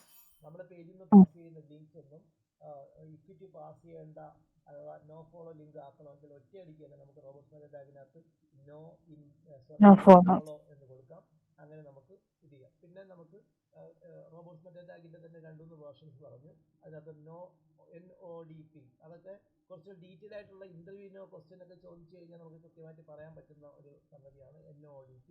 ഒരു ഇന്റർവ്യൂവിന് പോകുന്ന സമയത്ത് ഒരാൾ what is mean by robots meta tag എന്ന് ചോദിച്ചു, നമ്മളത് പറഞ്ഞു. നമ്മൾ എന്ത് പറയും? നമ്മൾ വെബ് പേജിനെ ക്രോൾ ചെയ്യാൻ വരുന്ന ബോട്ട്സിന് നിർദ്ദേശം കൊടുക്കുന്ന ഒരു മെറ്റാടാഗാണ് റോബോട്ട്സ് മെറ്റാടാഗ്. അത് ക്രോൾ ചെയ്യണോ ക്രോൾ ചെയ്യണ്ടേ, അതിനകത്ത് പോകുന്ന ലിങ്ക് ഫോളോ ചെയ്യണോ നോ ഫോളോ ചെയ്യുന്നോ പോലെയുള്ള നിർദ്ദേശങ്ങൾ കൊടുക്കുന്ന ഒരു മെറ്റാടാഗ്. ഓക്കെ, സിമ്പിൾ ആയിട്ട് അത് പറഞ്ഞു കഴിഞ്ഞാൽ നിങ്ങൾക്ക് അതിന് ഫുൾ മാർക്ക് കിട്ടും. പക്ഷെ ഈ ഒരു ആൻസർ പറഞ്ഞു കഴിഞ്ഞപ്പം അതേ ക്വസ്റ്റ്യൻ ചോദിച്ച ആളിനെ നമ്മളത് ചോദിച്ചു. എന്നാൽ meta name is equal to robot, content is equal to NODP എന്നുള്ള നിർദ്ദേശം കൊടുത്തു കഴിഞ്ഞാൽ എന്താണ് അർത്ഥമാക്കുന്നത്, NODP മീൻസ് എന്ന് ചോദിച്ചു കഴിഞ്ഞാൽ നിങ്ങൾക്ക് അത് പറയാൻ പറ്റുകയാണെങ്കിൽ, ചോദിച്ചാൽ തന്നെ മനസ്സിലാക്കേണ്ടത് അവിടെ അത്യാവശ്യത്തിന് ഈ ടോപ്പിക്കിനെ പറ്റി അറിവുള്ള ആളുണ്ട്, അയാൾക്ക് അത്യാവശ്യത്തിന് SEO കാര്യങ്ങൾ അറിയുന്ന ആളാണ്, അല്ലെങ്കിൽ അയാളുടെ എക്സ്പെർട്ടൈസ് ആണ് എന്നാണ് ആദ്യം മനസ്സിലാക്കേണ്ടത്. ഇത് നിങ്ങളതിന് ആൻസറും കൃത്യമായിട്ട് പറയുകയാണെങ്കിൽ നിങ്ങൾക്ക് അവിടെ കയറി പറ്റാനുള്ള അല്ലെങ്കിൽ അവിടെ നിങ്ങളെ സെലക്ട് ആകാനോ ഷോർട്ട് ലിസ്റ്റ് ആകാനുള്ള സാധ്യത കുറച്ചുകൂടെ കൂടുന്നതായിരിക്കും. പിടിയിട്ടോ? അപ്പം നിങ്ങൾ ഓക്കെ ആ ഓക്കെ ടോപ്പിക്കിൽ കുറച്ച് നല്ല വിവരമുള്ള നല്ലോണം പഠിച്ചിട്ടുള്ള ഒരാളായിട്ടാണ് കണക്കാക്കുക. അപ്പം നമ്മൾ പഠിക്കുന്ന സംഭവങ്ങൾ അതിൻ്റെ ബേസിക് ആയിട്ടുള്ള കാര്യങ്ങൾ അല്ലെങ്കിൽ അതിൻ്റെ മിനിമം ലെവലിൽ പഠിച്ചു പോകുന്ന ആൾക്കാരും ഉണ്ടാകും, അതിനെ ഡീറ്റെയിൽഡായിട്ട് പഠിച്ച് തറവായി പോകുന്ന ആൾക്കാരും ഉണ്ടാകും. അപ്പം എപ്പോഴും എന്താണ് ഒരാളിനെ പോസ്റ്റ് ചെയ്യാനോ ഇൻ്റർവ്യൂ നടത്തുന്ന ആൾക്കാരോ അല്ലെങ്കിൽ സെലക്ട് ചെയ്യുന്ന സെലക്ഷൻ ബോർഡിനുള്ള എക്സ്പെക്ടേഷൻ എന്തായിരിക്കും? ഉറപ്പായിട്ടും അവർ നല്ല കാര്യങ്ങളിൽ പ്രാവീണ്യമുള്ള നല്ല അറിവുള്ള ആൾക്കാരെ എടുക്കാനായിരിക്കുമല്ലോ ബേസിക് അല്ലെങ്കിൽ അതിൻ്റെ മിനിമം നോളജ് ഉള്ളതിനേക്കാളും ശ്രദ്ധിക്കുക, അല്ലേ? അപ്പോൾ ആ രീതിയിൽ നിങ്ങൾ അവിടെ ഇൻ്റർവ്യൂ ബോർഡിന് ഒരു ഇംപ്രഷൻ കിട്ടാൻ അല്ലെങ്കിൽ ഇംപ്രസീവ് ആക്കാൻ നിങ്ങൾക്ക് ഹെൽപ്പ് ചെയ്യാവുന്ന ഒരു ഇൻസൈറ്റ് ഉള്ള ക്വസ്റ്റ്യൻ കൂടിയാണ് NODP. അതേപോലെ തന്നെ NOYDAR ഉണ്ട്. അത് വളരെ ചുരുക്കമേ ചോദിക്കാൻ സാധ്യതയുള്ളൂ. എന്നാലത് മനസ്സിലാക്കിയോ. അഥവാ നമ്മളെ കഷ്ടകാലത്തിന് NOYDAR ചോദിച്ചു കഴിഞ്ഞാൽ നിങ്ങൾ പറയാൻ ആൻസർ ഉണ്ടാകണം. Y എന്ന് പറയുമ്പോൾ തന്നെ അവിടെ യാഹൂ ഡയറക്ടറി, YDAR എന്ന് പറഞ്ഞു കഴിഞ്ഞാൽ നേരത്തെ ശീതൾ.com എന്നുള്ള വെബ്സൈറ്റ് ഉണ്ടായിരുന്നപ്പോൾ യാഹൂ ഡയറക്ടറിയിൽ അത് സബ്മിറ്റ് ചെയ്യുകയും ആ ഡയറക്ടറിക്കകത്ത് അത് വിസിബിൾ ആവുകയും ചെയ്തിട്ടുണ്ടെങ്കിൽ ഗൂഗിൾ യാഹൂ ഡയറക്ടറിക്കകത്ത് നമ്മളെപ്പറ്റി പറഞ്ഞിരിക്കുന്ന നിർദ്ദേശമായിട്ടുള്ള എന്താണ് വളരെ ഫേമസ് ആയിട്ടുള്ള ബ്യൂട്ടീഷ്യൻ ഇൻ കൊച്ചി എന്ന് പറയുന്ന ഡിസ്ക്രിപ്ഷൻ നമ്മളെ പാവപ്പെട്ട ശീതൾ.com എന്ന് പറയുന്ന ഡിജിറ്റൽ മാർക്കറ്റിങ്ങിനെ പറ്റി പബ്ലിഷ് ചെയ്യുന്ന വെബ്സൈറ്റിനെ പറ്റി ഗൂഗിൾ എടുത്തു കാണിക്കും. അങ്ങനെ എന്താണ് ഈ ബ്യൂട്ടി പാർലറുമായിട്ട് ബന്ധപ്പെട്ട ഒരു സെൻറ്റൻസോ കണ്ടൻറ്റോ ഒന്നും നമ്മുടെ വെബ് പേജിൽ ഇല്ലെങ്കിൽ കൂടെയും നമ്മളെ വെബ്സൈറ്റിൻ്റെ കണ്ടൻറ്റുമായിട്ട് ഒരു ബന്ധവും ഇല്ലാത്ത പഴയ ടോപ്പിക്കിൻ്റെ ഓർമ്മ വെച്ചുകൊണ്ട് അല്ലെങ്കിൽ പഴയ ടോപ്പിക്കുകളെ പറ്റി നമ്മളെ വെബ്സൈറ്റിനെ പറ്റി ഓപ്പൺ ഡയറക്ടറി പ്രോജക്റ്റിനകത്തോ അല്ലെങ്കിൽ യാഹൂ ഡയറക്ടറിക്കകത്തോ പറഞ്ഞിരിക്കുന്നതിനെ തിരഞ്ഞെടുത്തുകൊണ്ട് ഗൂഗിൾ കാണിക്കുന്ന ശീലം ഗൂഗിളിനുണ്ട്. ആ ശീലം എപ്പോഴാണ് വരുന്നതെന്ന് മനസ്സിലായല്ലോ. നമ്മൾ പ്രോപ്പറായിട്ട് മറ്റേ ഡിസ്ക്രിപ്ഷൻ ടാഗ് കൊടുക്കാതിരിക്കുമ്പോഴോ എടുക്കാനുള്ള കണ്ടന്റ് ഇല്ലാതിരിക്കുമ്പോഴോ ആ ഏരിയക്കകത്ത് വേറൊരു രീതിയിലും കൂടെ അതിനെ പറയാം. ഡിജിറ്റൽ മാർക്കറ്റിംഗ് റിലേറ്റഡുള്ള കണ്ടന്റ് എന്നുള്ള നിലയ്ക്ക് നിങ്ങൾക്ക് റെപ്യൂട്ടേഷൻസോ ഒരു അംഗീകാരം ഒന്നും കിട്ടാതിരിക്കുന്ന സിറ്റുവേഷനും എന്നാൽ നേരത്തെ തന്നെ ശീതൾ.com എന്നുള്ള വെബ്സൈറ്റ് ബ്യൂട്ടി പാർലർ എന്നുള്ള നിലയ്ക്ക് നല്ല അംഗീകാരം നേടുകയും ചെയ്യുമ്പോഴത്തേക്കാണ് ഈ ഒരു ഡ്രമാറ്റിക് സംഭവമാണ്. ക്ലിയർ ആയല്ലോ കുറച്ചുകൂടെ? ഓക്കെ, മനസ്സിലായി. അവിടെ വിശ്വാസ്യത ആ വെബ്സൈറ്റ് ആൾറെഡി ബ്യൂട്ടി പാർലർ എന്നുള്ള നിലയ്ക്ക് ബ്യൂട്ടി പാർലറിന്റെ വെബ്സൈറ്റ് എന്നുള്ള നിലയ്ക്ക് അല്ലെങ്കിൽ ബ്യൂട്ടീഷ്യന്റെ വെബ്സൈറ്റ് എന്നുള്ള നിലയ്ക്ക് already it achieved some sort of എന്താണ് trust value. But the website doesn't achieve any trust value in the category of digital marketing. അപ്പൊ സാർ ഒരു കാര്യം വെച്ചോട്ടെ, ഈ മെറ്റാ ഡിസ്ക്രിപ്ഷനും നമ്മൾ ചേഞ്ച് ചെയ്തു, SEO ടൈറ്റിലും എല്ലാം ചേഞ്ച് ചെയ്തു, അത്യാവശ്യം നന്നായിട്ട് റീച്ച് കിട്ടുന്ന ഒരു പേജാണ് വെക്കുകയാണെങ്കിൽ ഈ ബ്യൂട്ടി പാർലറിന്റെ ഇത് വരാനുള്ള ചാൻസ് ഉണ്ടാവുമോ? ഞാനതാണ് പറഞ്ഞുകൊണ്ടിരിക്കുന്നതിന്റെ സാരാംശം. നല്ല ക്വസ്റ്റ്യൻ ആണ്, വളരെ ബ്യൂട്ടിഫുൾ ക്വസ്റ്റ്യൻ ആണ്. ഈ ക്വസ്റ്റ്യന് മറുപടി ഞാൻ പറഞ്ഞുതരാം. ഒരു പക്ഷേ ശീതൾ ഈ വെബ്സൈറ്റ് ഡിജിറ്റൽ മാർക്കറ്റിംഗ് റിലേറ്റഡുള്ള വെബ്സൈറ്റ് ആക്കിയത് വളരെ റീസെൻ്റ് ആയിട്ടാണെന്ന് വിചാരിച്ചു. എന്നാൽ ഇത് കഴിഞ്ഞ 5 വർഷത്തെ കാലത്തെ ഈ വെബ്സൈറ്റിൻ്റെ പഴയ ചരിത്രം വെച്ചുകൊണ്ട് അത് വളരെ വിഖ്യാതമായിട്ടുള്ള ഒരു ബ്യൂട്ടീഷ്യൻ്റെ വെബ്സൈറ്റ് ആയിട്ടോ ഒരുപാട് പേര് അംഗീകരിച്ച് അക്സെപ്റ്റ് ചെയ്ത ഒരു ട്രസ്റ്റ് അത് നേടിയിട്ടുണ്ടെങ്കിലോ ലൈക്ക് ആ വെബ്സൈറ്റിലേക്ക് ഒരുപാട് വെബ്സൈറ്റുകളിൽ നിന്ന് ലിങ്ക് വന്നിട്ടുണ്ടെന്ന് വിചാരിച്ചു. പ്രത്യേകിച്ച് വളരെ ട്രസ്റ്റ് വർത്തിയായിട്ടുള്ള വലിയ എന്താണ് ഹൈ അതോറിറ്റി ഉള്ള വെബ്സൈറ്റുകളിൽ നിന്ന് പോലും ഈ വെബ്സൈറ്റിലേക്ക് ലിങ്ക് വന്നിട്ടുണ്ട്. ആ ലിങ്ക് കൊടുത്തേക്കുന്നത് ഇന്ന വാക്കിലാണ്, എന്താണ് ബ്യൂട്ടീഷ്യൻ ഇൻ കൊച്ചി അല്ലെങ്കിൽ ബെസ്റ്റ് ബ്യൂട്ടീഷ്യൻ അല്ലെങ്കിൽ സെലിബ്രിറ്റി ബ്യൂട്ടീഷ്യൻ ഇൻ കൊച്ചി, അങ്ങനെയൊക്കെ ഒരു സ്റ്റാറ്റസ് ആ വെബ്സൈറ്റ് അച്ചീവ് ചെയ്തിട്ടുണ്ടെങ്കിൽ അത് മാറി ഡിജിറ്റൽ മാർക്കറ്റിംഗ് കണ്ടന്റ് ആയിട്ടുള്ള സ്റ്റാറ്റസിലേക്ക് വരാൻ നമ്മൾ നല്ല പണിയെടുക്കേണ്ടി വരും.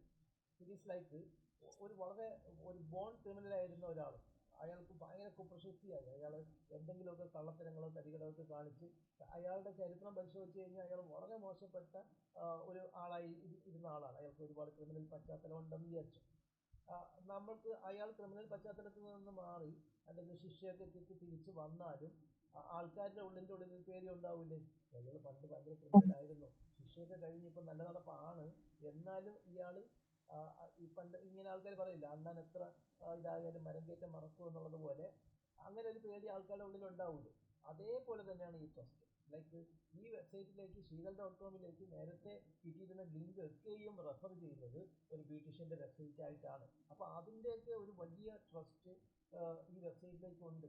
അപ്പം നേരത്തെ ഒരു ചെറിയ ക്രൈം നടത്തിയ ഒരാൾ അത് ശിക്ഷ കഴിഞ്ഞ് വരുമ്പോഴത്തേക്ക് എല്ലാവരും ചിലപ്പം ഓക്കെ അവൻ നല്ലതായി പോട്ടെ അന്ന് അവന് കയ്യബദ്ധത്തിന് പറ്റിയതാണ് ആ സംഗതി. പക്ഷെ അവൻ കൊലപാതകവും പിന്നെ എന്തെങ്കിലും പീഡനങ്ങളും അല്ലെങ്കിൽ വല്ല മോഷണങ്ങളും ഒക്കെ നടത്തി വർഷങ്ങളായിട്ട് അവൻ ഒരു വലിയ ബോൺ ക്രിമിനലായിട്ട് മാറിയ ഒരാളാണ് എന്ന് വിചാരിച്ചു. ബോൺ ക്രിമിനൽ എന്ന് പറഞ്ഞാൽ അർത്ഥം മാറും. അല്ലെങ്കിൽ ആ ക്രിമിനൽ ഒരു ക്രൈമുകൾ ചെയ്തുള്ള ഒരു സീരീസിൽ അയാൾ ഒരു വലിയ സംഗതിയാണ്. ഒരുപാട് വർഷമായിട്ട് ഈ കാര്യങ്ങൾ ഇയാൾ ചെയ്യാറുണ്ടായിരുന്നു. ഭയങ്കര ഇതാണ്. അപ്പം അങ്ങനെയുള്ള ആൾക്കാരൊന്നും പെട്ടെന്ന് ഒരു നല്ല നടപ്പ് നടന്നെന്ന് പറഞ്ഞുകൊണ്ടോ ഒരു ശുഭ്ര വസ്ത്രധാരി ആയതുകൊണ്ടോ അമ്പലത്തിൽ പോയി പൂജ നടത്തി ഭസ്മക്കുറിയൊക്കെ ഇട്ട് നടന്നെന്ന് പറഞ്ഞുകൊണ്ടോ പെട്ടെന്ന് ആൾക്കാർ അക്സെപ്റ്റ് ചെയ്യണമെന്നില്ല, ഇല്ലേ? അതേപോലെ തന്നെയാണ് ഇത്. നമ്മുടെ വെബ്സൈറ്റിലേക്ക് ഒരുപാട് സൈറ്റുകളിൽ നിന്ന് ലിങ്ക് വരുന്നുണ്ട്. എന്തായിട്ട്? ബ്യൂട്ടീഷ്യനായിട്ട് അല്ലെങ്കിൽ ബ്യൂട്ടീഷ്യൻ്റെ വെബ്സൈറ്റായിട്ട്. അങ്ങനെ ഒരു ട്രസ്റ്റ് കിടക്കുമ്പോൾ അത്രയും സംഗതികളെ ബാലൻസ് ചെയ്യുന്ന രീതിയിൽ ശീതളിൻ്റെ വെബ്സൈറ്റിനകത്ത് ഡിജിറ്റൽ മാർക്കറ്റിംഗ് കണ്ടന്റുകൾ ആഡ് ചെയ്യുകയും കൂടുതൽ കണ്ടന്റ് പബ്ലിഷ് ചെയ്യുകയും നോർമലി അല്ലെങ്കിൽ ഗ്രാജുവലി ശീതൾ.com എന്നുള്ള വെബ്സൈറ്റിലേക്ക് ഡിജിറ്റൽ മാർക്കറ്റിംഗ് റിലേറ്റഡ് ആയിട്ടുള്ള ഒരു കണ്ടന്റ് എന്നുള്ള നിലയ്ക്കുള്ള ലിങ്കുകൾ കിട്ടുകയും റെപ്യൂട്ടേഷൻസ് കിട്ടുകയും ചെയ്ത് അതൊന്ന് ബാലൻസ് ആയി കഴിയുമ്പോൾ മാത്രമാണ് ഗൂഗിൾ പൂർണ്ണമായിട്ടും ശീതൾ.com എന്തായിട്ട് അക്സെപ്റ്റ് ചെയ്യത്തുള്ളൂ, ഈ സംഗതിയായിട്ട് അല്ലെങ്കിൽ ഡിജിറ്റൽ മാർക്കറ്റിംഗ് കണ്ടന്റ് വെബ്സൈറ്റായിട്ട് അക്സെപ്റ്റ് ചെയ്യത്തുള്ളൂ എന്നുള്ളതാണ്. പക്ഷെ അതിന് എത്ര സമയമെടുക്കും എന്നൊക്കെ ചോദിച്ചു കഴിഞ്ഞാൽ ഇറ്റ് ഡിപ്പെൻഡ്സ് ഓൺ പഴയ വെബ്സൈറ്റ് അല്ലെങ്കിൽ ആ വെബ്സൈറ്റ് പണ്ടുണ്ടായിരുന്ന കാലത്ത് അയാൾ എത്രത്തോളം ക്രൈം ചെയ്തിട്ടുണ്ടോ എന്ന് തന്നെ ഡിപ്പെൻഡ് ചെയ്തിരിക്കുക. ഞാൻ ഒരു ഉദാഹരണത്തിന് വേണ്ടിയിട്ടാണ് ക്രൈമും ക്രിമിനൽസും ഒക്കെ പറഞ്ഞത്. അതിപ്പോൾ മനസ്സിലാക്കാൻ പാകത്തില്ല. അപ്പം എത്രത്തോളം അയാൾ നല്ല നടപ്പ് നടന്ന് അല്ലെങ്കിൽ വലിയ ചിലപ്പോൾ എന്തെങ്കിലും വലിയ ഭയഭക്തിയോടുകൂടി അശുഭ്ര വസ്ത്രധാരിയായിട്ട് നടക്കുന്നതോടൊപ്പം തന്നെ അയാൾ ഒരുപാട് ആൾക്കാർക്ക് വേണ്ടി എന്തെങ്കിലും അന്നദാനമോ അങ്ങനെ എന്തെങ്കിലുമൊക്കെ കാര്യങ്ങൾ ചെയ്ത് ചിലപ്പോൾ കുറേ നാൾ കഴിയുമ്പോൾ ആൾക്കാർ എന്ത് ചെയ്യും? ഓക്കെ, അങ്ങനെ മാറിയിട്ടുള്ള ഒരുപാട് ആൾക്കാർ നമ്മുടെ രാജ്യത്ത് തന്നെ ഉണ്ട്. തലപ്പത്ത് വന്നിട്ടുണ്ട്, മന്ത്രിസ്ഥാനത്ത് വന്നിട്ടുണ്ട്. ഭൂലൻ ദേവി എന്ന് പറഞ്ഞ ഒരാളിനെ കേട്ടിട്ടുണ്ടോ? ഭൂലൻ ദേവി ഒരു കഥ ഇങ്ങനെ പറഞ്ഞ് സിനിമയിൽ പറയണ കേട്ടിട്ടുണ്ട്. എന്ന് പറയുന്ന ഒരു സിനിമയുണ്ട്. മറ്റേ അനിൽ കപൂറിന്റെ ബ്രദർ, പേരെന്താണ് പറയുന്നത്, ബോണി കപൂർ അല്ലേ? ബോണി കപൂർ അയാൾ ഉണ്ടാക്കിയ, അതായത് പഴയ മരിച്ചുപോയ ശ്രീദേവിയുടെ ഹസ്ബൻഡാണ് ബോണി കപൂർ. ബോണി കപൂർ ഉണ്ടാക്കിയ ഒരു സിനിമയാണ് ബെൻഡിക്ട്. ഭയങ്കര വിവാദമായതാണ്. അതിൽ ആ സിനിമയിൽ ഈ കഥയാണ് പറഞ്ഞത്. എന്താ സംഭവം എന്ന് വെച്ച് കഴിഞ്ഞാൽ, ചമ്പൽ എന്ന് പറയുന്ന കാടുകൾ, ചമ്പൽ കൊള്ളക്കാരുള്ള കാട്, അത് ഡൽഹിയിലൊക്കെ യാത്ര ചെയ്ത് കഴിഞ്ഞിട്ടുണ്ടെങ്കിൽ അറിയാൻ പറ്റും. ഇപ്പോൾ ആഗ്രയൊക്കെ കഴിഞ്ഞിട്ടാണെന്ന് തോന്നുന്നത്. ഡൽഹിയിലേക്ക് യാത്ര ചെയ്യുമ്പോൾ നമുക്ക് ട്രെയിനിൽ ഇരിക്കുമ്പോൾ തന്നെ രണ്ട് സൈഡിലും ഇങ്ങനെ മൺകൂനകൾ മാത്രം നിറഞ്ഞ ഒരു കാട് പോലത്തെ ഒരു സ്ഥലം കാണാൻ പറ്റും. അതാണ് ചമ്പൽ കാട്. ഈ ചമ്പൽ കാടിൻ്റെ പ്രത്യേകത എന്ന് വെച്ച് കഴിഞ്ഞാൽ ഒരുപാട് വർഷത്തോളം അവിടെ ചമ്പൽ കൊള്ളക്കാരുണ്ടായിരുന്നു. ഇപ്പോഴും കൊള്ളക്കാരുണ്ട് കേട്ടോ. ഈ കൊള്ളക്കാർ എന്ത് ചെയ്യുന്നത് വെച്ച് കഴിഞ്ഞാൽ, ഇവർ പണക്കാരായിട്ടുള്ള ആൾക്കാരെ ലൂട്ട് ചെയ്യും. പണക്കാരായിട്ടുള്ള ആൾക്കാരെ കുതിരയൊക്കെ ഉണ്ട്, അവർക്ക് കുതിരയുണ്ട്, സ്വന്തമായിട്ട് തോക്ക്, ആയുധങ്ങളൊക്കെ ഉണ്ട്. അപ്പോൾ ഇവരെന്ത് വെച്ച് കൂട്ടമായിട്ടൊരു 10-25 കുതിരപ്പുറത്ത് ആൾക്കാർ പെട്ടെന്ന് വന്ന് ഗ്രാമത്തിലോ വളരെ കാശുകാരായിട്ടുള്ള ആൾക്കാരെ വീട്ടിലൊക്കെ വന്നിട്ട് കൊള്ളയടിച്ചിട്ട് പോകും. അതാണ് ഇവരുടെ മെയിൻ. ഇത് കൂടാഞ്ഞിട്ട് നമ്മൾ പഴയ ഹിന്ദി സിനിമകളിലൊക്കെ ഉണ്ടാവും. അതുപോലെ ട്രെയിൻ പോകുമ്പോഴും ഇവരെന്ത് ചെയ്യും? ട്രെയിനിൻ്റെ അതേ സ്പീഡിൽ തന്നെ കുതിര ഓടിച്ച് കുതിരപ്പുറത്ത് നിന്ന് ട്രെയിനിലേക്ക് കടന്ന് ട്രെയിനിനെ ചങ്ങല വലിച്ച് നിർത്തി ഈ കാട്ടിൽ, അതെന്ന് പറഞ്ഞാൽ കിലോമീറ്ററുകളോളം രണ്ട് സൈഡിലും മൺകൂനകൾ മാത്രമുള്ള ഒരു കാടാണ്. മരങ്ങളൊന്നുമില്ല. ഞാൻ ഒരുപാട് പ്രാവശ്യം ഡൽഹിയിലൂടെ പോകുമ്പോഴത്തേക്ക് ഇത് കാണുമ്പോൾ നമുക്കൊരു ഭീതി ഉണ്ടാക്കുന്ന സിറ്റുവേഷൻ കൂടിയാണ്. എല്ലാവരും ഒരു 20 വർഷം മുമ്പൊക്കെ ചമ്പൽ കാടുകളുടെ ഇടയ്ക്കൂടെ ട്രെയിൻ പോകുമ്പോഴത്തേക്ക്, അതായത് 2001 ഞാൻ ഡൽഹി പോകുമ്പോൾ ഈ ചമ്പൽ കാടുകളുടെ ഇടയിലൂടെ ട്രെയിൻ പോകുമ്പോഴത്തേക്ക് എൻ്റെ കൂടെ ഉള്ളവരും ഒക്കെ സൈഡിലോട്ട് ഇങ്ങനെ ചമ്പൽ കാടുകൾ നോക്കിയിരിക്കുന്ന സമയത്ത് ചില ആൾക്കാർ ഇതിനെപ്പറ്റി കഥയും കാര്യങ്ങളൊക്കെ പറയും. ഇതാണ് ചമ്പൽക്കാട്, ഇവിടെയാണ് ഭൂലൻ ദേവി ഉണ്ടായിരുന്നത്, അങ്ങനെയൊക്കെ പറയുമ്പോൾ തന്നെ പറയുന്ന ആൾക്കാരും കേട്ടിരിക്കുന്ന ആൾക്കാർക്കൊക്കെ ഒരു ഭീതി കണ്ണിലുണ്ടാവും. അങ്ങനത്തെ ഒരു സ്ഥലമാണ്. അപ്പം അങ്ങനെ വർഷങ്ങളോളം ചമ്പൽ കൊള്ളക്കാരുടെ ഒരു സ്ഥലമായിരുന്നാണ്. അവർ ട്രെയിനിലൊക്കെ ഇങ്ങനെ പോകുമ്പോൾ ട്രെയിനൊക്കെ ചങ്ങല വലിച്ച്, അത് കുതിരപ്പുറത്ത് വന്ന് ട്രെയിനിലേക്ക് കടന്ന് ചങ്ങല വലിച്ച് നിർത്തി ട്രെയിൻ ഇരിക്കുന്ന ആൾക്കാരുടെ ആഭരണങ്ങളും പൈസയും കാര്യങ്ങളൊക്കെ ലൂട്ട് ചെയ്ത് അവരെന്ത് ചെയ്ത് സെറ്റ് ആക്കിയിട്ട് അവരപ്പം തന്നെ കുതിരപ്പുറത്ത് കയറി യാത്ര ചെയ്യുന്ന ഒരു രീതിയാണ്. അപ്പം നോർത്ത് ഇന്ത്യയിലൊക്കെ ഇതുപോലത്തെ കുറേ സിറ്റുവേഷൻസ് ഒക്കെ സ്ഥിരമായിട്ട് ഉണ്ടായിട്ടുണ്ട്. ഒരുപാട് ഇൻസിഡൻസ് ഉണ്ടായിട്ടുണ്ട്. അപ്പോൾ ട്രെയിനിലൊക്കെ പിന്നീട് ഭയങ്കര അതിജാഗ്രതയും ട്രെയിനിലൊക്കെ ഇങ്ങനെ പോലീസുകാർ പോകുന്നതൊക്കെ ഒരു സിറ്റുവേഷനൊക്കെ തുടങ്ങി ഇതുപോലെ ക്രൈമൊക്കെ ഒരുപാട് നടന്നിട്ടാണ്. അപ്പം അങ്ങനെ വലിയ ചരിത്രമുള്ള ആളാണ് ഈ ഭൂലൻ ദേവി. ഠാക്കൂർ വംശത്തിലുള്ള ആൾക്കാർ ഈ ഭൂലൻ ദേവിയുമായിട്ട് പ്രശ്നം ഉണ്ടാവുകയും ബൂലൻ ദേവിയെ ടാക്കൂർ വംശത്തിലുള്ള ആൾക്കാർ ബലാത്സംഗം ചെയ്യുകയും റേപ്പ് ചെയ്യുകയും ഉപദ്രവിക്കുകയും ഒക്കെ ഒരുപാട് ചെയ്തു. എന്നിട്ട് ബൂലൻ ദേവി ഈ കൊള്ളക്കാരുമായിട്ട് ചേർന്ന് ടാക്കൂർ വംശത്തിലുള്ള ഇവരെ ഉപദ്രവിച്ച ആൾക്കാരെയൊക്കെ വകവരുത്തുകയും പല ആൾക്കാരെ കൊല്ലുകയും ഒക്കെ ചെയ്തതിന് ശേഷമാണ് ബൂലൻ ദേവി കീഴടങ്ങിയിട്ട് എന്ത് ചെയ്തു, കോടതിയും വിധിയും കാര്യങ്ങളൊക്കെ കഴിഞ്ഞതിന് ശേഷം ബൂലൻ ദേവി നേരെ രാഷ്ട്രീയത്തിലേക്ക് കടന്നു. എന്നിട്ട് അവിടെ ഇലക്ഷനിൽ നിന്ന് MP യോ MLA ഒക്കെ ആയി, എന്നിട്ട് മന്ത്രിസ്ഥാനമൊക്കെ ആയി. എന്നിട്ടും കുറേ നാൾ രാഷ്ട്രീയത്തിലൊക്കെ തുറന്നു പോണ സമയത്താണ് പണ്ട് ഇവർ ടാക്കൂർ വംശക്കാരെ കൊന്നതിൻ്റെ പരമ്പരയിലുള്ള ആൾക്കാർ തിരിച്ചു വന്നവരെ വീണ്ടും വെടിവെച്ച് കൊല്ലുകയാണ് ചെയ്യുന്നത്. ബൂലൻ ദേവി ഇപ്പം ഇല്ല, അവർ മരിച്ചുപോയി. ഈ സിനിമയൊക്കെ ഇറങ്ങി കുറേ വർഷങ്ങൾ കഴിഞ്ഞിട്ടാണ് ബൂലൻ ദേവി കൊല്ലപ്പെടുന്നത്. അപ്പം ഞാൻ പറഞ്ഞു വന്നത്, ഇതുപോലെ സ്റ്റാറ്റസ് മാറുന്ന ആൾക്കാരുണ്ട്. പണ്ട് എന്തൊക്കെ ചെയ്ത് നടന്ന ആൾക്കാരാണെങ്കിലും ചിലപ്പോൾ കുറേ നാൾ കഴിയുമ്പം അവർക്ക് അവരെ കാര്യങ്ങളൊക്കെ മാറ്റി അവർ വേറൊരു ഇതിലേക്ക് കടന്നു, ഇല്ലേ, മാനസാന്തരം വന്നു, അങ്ങനെ പറയും.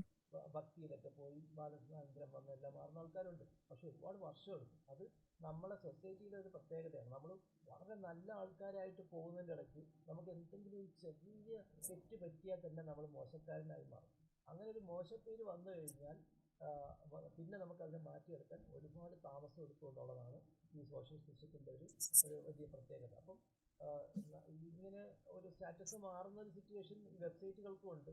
വെബ്സൈറ്റുകളിലേക്ക് ഒരുപാട് ലിങ്ക്സ് വരുന്നുണ്ട്. ആ ലിങ്കൊക്കെ വളരെ സ്ട്രോങ് ആയിട്ട് ഈ പേജിനെ ഇന്ന രീതിയിലാണ് റെക്കമെൻഡ് ചെയ്യുന്നത്, ഇങ്ങനെ രീതിയിലാണ് അതിനെ ലിങ്ക് വന്നിരിക്കുന്നത്, ഇന്ന കീവേഡിലാണ് ലിങ്ക് വന്നിട്ടുള്ളത്. അപ്പം അത് മാറ്റിയെടുക്കാൻ നമ്മൾ അതിനനുസരിച്ചുള്ള ഒരു ബിഗ് വോളിയം വർക്ക് ചെയ്യേണ്ടി വരും. ഇപ്പം നമ്മൾ തന്നെ ഒരു മോശപ്പെട്ട രീതിയിലുള്ള ചിത്രീകരണം ഉണ്ടായി, നമ്മൾ അതിനകത്തു നിന്നൊന്ന് വിടുതൽ കിട്ടി നല്ലവനായിട്ട് മാറണം, നല്ലവനായിട്ടുള്ളൊരു സ്റ്റാറ്റസിലേക്ക് നമ്മൾ വരണം, എല്ലാ ആൾക്കാരും അംഗീകരിക്കണമെങ്കിൽ അത് മാറ്റി ആദ്യം നമുക്ക് മാറ്റേണ്ടത് നമ്മൾ നേരത്തെ ഉണ്ടായിരുന്ന നമ്മുടെ സിറ്റുവേഷനും നമ്മളെ പറ്റിയുള്ളൊരു ബാഡ് ഇമേജാണ് മാറ്റേണ്ടത്. അത് മാറ്റി പിന്നെ നമ്മളൊരു നല്ല ഇമേജിലേക്ക് ബിൽഡ് ചെയ്താണ് ആൾക്കാർ റെഡിയായി വരണം. അപ്പോൾ അതേപോലത്തെ ഒരു സിറ്റുവേഷനാണ് ഇത് സാധാരണ അങ്ങനെ വരാറുണ്ടെന്ന് വെച്ച് കഴിഞ്ഞാൽ ഉറപ്പായിട്ടും വരാറുണ്ട്. വളരെ ട്രസ്റ്റ് നേടിയിരിക്കുന്ന ഒരുപാട് സൈറ്റുകളൊന്നും ലിങ്ക് കിട്ടിയിരിക്കുന്ന ഒരു വെബ്സൈറ്റിനെ നമ്മൾ ചില്ലറ പണിയൊന്നും നടത്തി പുതിയൊരു സ്റ്റാറ്റസിലേക്ക് എത്തിക്കാൻ പറ്റില്ല എന്നുള്ളതാണ് വസ്തുത. അപ്പോൾ അതിനനുസരിച്ചുള്ള വർക്ക് നമ്മളൊരു പുതിയ സ്റ്റാറ്റസിൽ എത്തിയത് വിസിബിൾ ആക്കാനും കൂടുതൽ ലിങ്ക്സ് ബിൽഡ് ചെയ്യാനും റെപ്യൂട്ടേഷൻ ബിൽഡ് ചെയ്യാനും ഒരുപാട് വെബ്സൈറ്റുകൾ പബ്ലിഷ് ചെയ്ത് സോഷ്യൽ മീഡിയയും എല്ലാം ഉപയോഗപ്പെടുത്തി ഒരു കാർഡടിച്ച് വെടിവെക്കൽ നടത്തിയാൽ മാത്രമേ നമ്മൾ എന്ത് ചെയ്യത്തുള്ളൂ, പഴയ ട്രസ്റ്റിൽ നിന്ന് അല്ലെങ്കിൽ പഴയ സ്റ്റാറ്റസിൽ നിന്ന് അല്ലെങ്കിൽ പുതിയൊരു ഐഡൻറ്റിറ്റി നമുക്ക് ഉണ്ടാക്കിയെടുക്കാൻ പറ്റുള്ളൂ എന്നുള്ളത് വസ്തുത. അത് ബ്രാൻഡുകളിലേക്ക് വേണ്ടി എടുക്കുന്ന സമയത്ത് ബാധിക്കുമെന്ന് വെച്ച് കഴിഞ്ഞാൽ നേരത്തെ വളരെ സ്ട്രോങ് ആയിരുന്ന ഒരു ബ്രാൻഡിൻ്റെ വെബ്സൈറ്റ് എടുത്ത് പുതിയ ബ്രാൻഡാക്കി എടുക്കുക എന്നുള്ളത് നല്ല വെല്ലുവിളി തന്നെ, അത് സംശയമില്ല. ഓക്കെ, അപ്പോൾ നമുക്കൊരു കാര്യം ചെയ്യാം. ഇന്ന് റോബോട്ട്സ് മെറ്റാറ്റാഗാണ് പഠിച്ചത്. ഒരു മെറ്റാറ്റാഗിനെ കൂടെ പറയട്ടെ, അതിനെപ്പറ്റി പറഞ്ഞിട്ട്. ഓക്കെ, നമ്മൾ ഇനി അടുത്ത് പഠിക്കുന്ന മെറ്റാറ്റാഗ് ഇപ്പോൾ ഉപയോഗത്തിൽ ഇല്ലാത്ത ഒരു മെറ്റാറ്റാഗാണ്. അപ്പോൾ അത് വലിയ പ്രാധാന്യമൊന്നുമില്ല. ഈ മെറ്റാറ്റാഗിൻ്റെ പേര് കീവേഡ് മെറ്റാറ്റാഗ് എന്നാണ്. അത് എഴുതുന്നത് എങ്ങനെയാണ്, meta space name is equal to ഇങ്ങോട്ട് കോമയ്ക്കകത്ത് കീവേഡ്സ് അല്ലേ, അല്ലോ ഇങ്ങോട്ട് കോമയ്ക്കകത്ത് എന്നിട്ട് സ്പേസ് കൊടുത്തിട്ട് കണ്ടന്റ് ഈസ് ഈക്വൽ ടു നമ്മളെ keyword like SEO company Kochi comma SEO services Kochi കേട്ടോ. ഇങ്ങനെ നമുക്ക് കോമ കൊടുത്ത് കീവേഡുകൾ ആഡ് ചെയ്യാം. ഇതിന് കീവേഡ് മെറ്റാറ്റാഗ് എന്നാണ് പറയുക. SEO services Kochi, SEO company Ernakulam, ഇങ്ങനെയൊക്കെ നമുക്ക് കീവേഡുകൾ ഉണ്ടെങ്കിൽ നമ്മൾ എന്ത് ചെയ്യാം, കീവേഡുകൾ ഇങ്ങനെ ആഡ് ചെയ്ത് കൊടുത്തിട്ട് ഇങ്ങോട്ട് കോമ ക്ലോസ് ചെയ്തിട്ട് സ്ലാഷ് കൊടുത്തു കഴിഞ്ഞാൽ ഈ കീവേഡ് മെറ്റാറ്റാഗ് ഫുള്ളാണ് കേട്ടോ. അത് എഴുതുന്ന രീതി നോക്കിയേ, meta space name is equal to ഇങ്ങോട്ട് കോമയ്ക്കകത്ത് keywords space content is equal to ഇങ്ങോട്ട് കോമയ്ക്കകത്ത് നമ്മളെ കീവേഡുകൾ SEO company Kochi, SEO services Kochi, SEO company Ernakulam. നമ്മളെ ഫോക്കസ് കൊടുക്കാവോ? അതാണ് ക്വസ്റ്റ്യൻ. അവിടെ ഇതിന്റെ ക്യാരക്ടേഴ്സ് ഒരു 160 ക്യാരക്ടേഴ്സ് വരെ കൊടുക്കുന്ന രീതിയിൽ നമുക്ക് ഏറ്റവും ഇമ്പോർട്ടൻ്റ് ആയിട്ടുള്ള ഒരു 3-4 കീവേഡ് കൊടുക്കുന്നതാണ് ഏറ്റവും ഉചിതം. എന്നാൽ ഈ കീവേഡ് മെറ്റാറ്റാഗ് ഗൂഗിൾ സ്റ്റാർട്ടർ ഗൈഡിൽ തുടങ്ങി SEO എന്ന് പറയുന്ന ഒപ്റ്റിമൈസേഷൻ പ്രാക്ടീസ് പുറത്തു വിട്ടപ്പോൾ ഇത് വളരെ ഇമ്പോർട്ടൻ്റ് ആയിട്ടുള്ള ഒരു മെറ്റാറ്റാഗ് ആയിരുന്നു.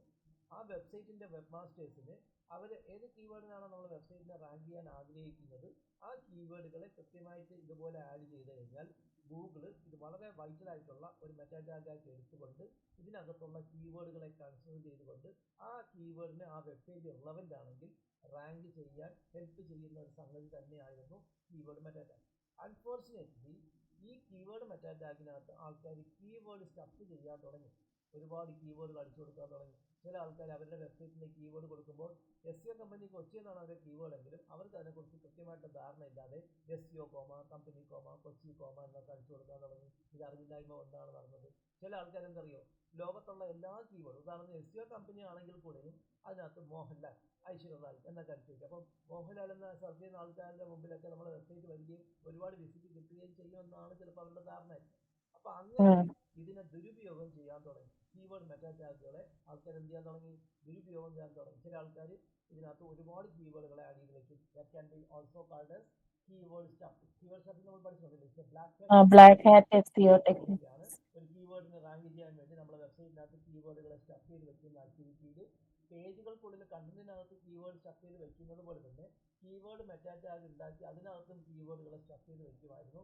It will also count as a keyword stuffing activity, like it's also count as a black hat SEO technique. അപ്പം കീവേഡ് മെറ്റാ ടാഗുകൾ ഇതുപോലെ ദുരുപയോഗം ചെയ്യാൻ തുടങ്ങി ആൾക്കാർ. എന്താ, ഒരുപാട് കീവേഡുകൾ അടിച്ചു കൊടുക്കുക, അവരുടെ ആവശ്യമുള്ളതും ആവശ്യമില്ലാത്തുള്ള കീവേഡുകളെ കുത്തി നിറയ്ക്കുക, ഇങ്ങനെ ചെയ്യാൻ തുടങ്ങിയപ്പോൾ ഗൂഗിൾ എന്ത് ചെയ്യുന്നറിയോ, ഗൂഗിൾ ഈ കീവേഡ് മെറ്റാ ടാഗ് റാങ്കിങ്ങിന് വേണ്ടി ഉപയോഗിക്കണ്ട എന്ന് തീരുമാനിച്ചു. തലവേദന കൊണ്ട് മനം എടുത്തിട്ട് ഗൂഗിൾ എന്ത് ചെയ്തു, ഈ കീവേഡ് മെറ്റാ ടാഗ് എന്ന് പറയുന്ന മെറ്റാ ടാഗിന് റാങ്കിങ്ങിന് കൺസിഡർ ചെയ്യണ്ടെന്ന് തന്നെ തീരുമാനിച്ചു. ആ തീരുമാനം എടുത്തത് 2008 ഒക്ടോബറിലാണ്. 2008 കൃത്യം പറഞ്ഞു കഴിഞ്ഞാൽ 2008 ഒക്ടോബർ മാസത്തിൽ ലോകത്താകമാനം ഒരു പ്രതിസന്ധി ഉണ്ടായി. അതെന്താ പറയുക, 2008 ഒക്ടോബറിൽ ഉണ്ടായത് എന്താണ്, ഒരു ക്രൈസിസ് ഉണ്ടായി, ഫിനാൻഷ്യൽ ക്രൈസിസ്. എന്താ, സാമ്പത്തിക മാന്ദ്യം കേട്ടുണ്ടോ? സാമ്പത്തിക മാന്ദ്യം, ഫിനാൻഷ്യൽ ക്രൈസിസ്. ലോകത്താകമാനം വന്ന ഒരു സാമ്പത്തിക മാന്ദ്യമാണ്. സാമ്പത്തിക മാന്ദ്യം വന്ന് 2-3 വർഷം ആൾക്കാരൊക്കെ ഭയങ്കര ബുദ്ധിമുട്ടും കാര്യങ്ങളൊക്കെയാണ്. ഇവിടെ കേരളത്തിലുള്ള അന്നത്തെ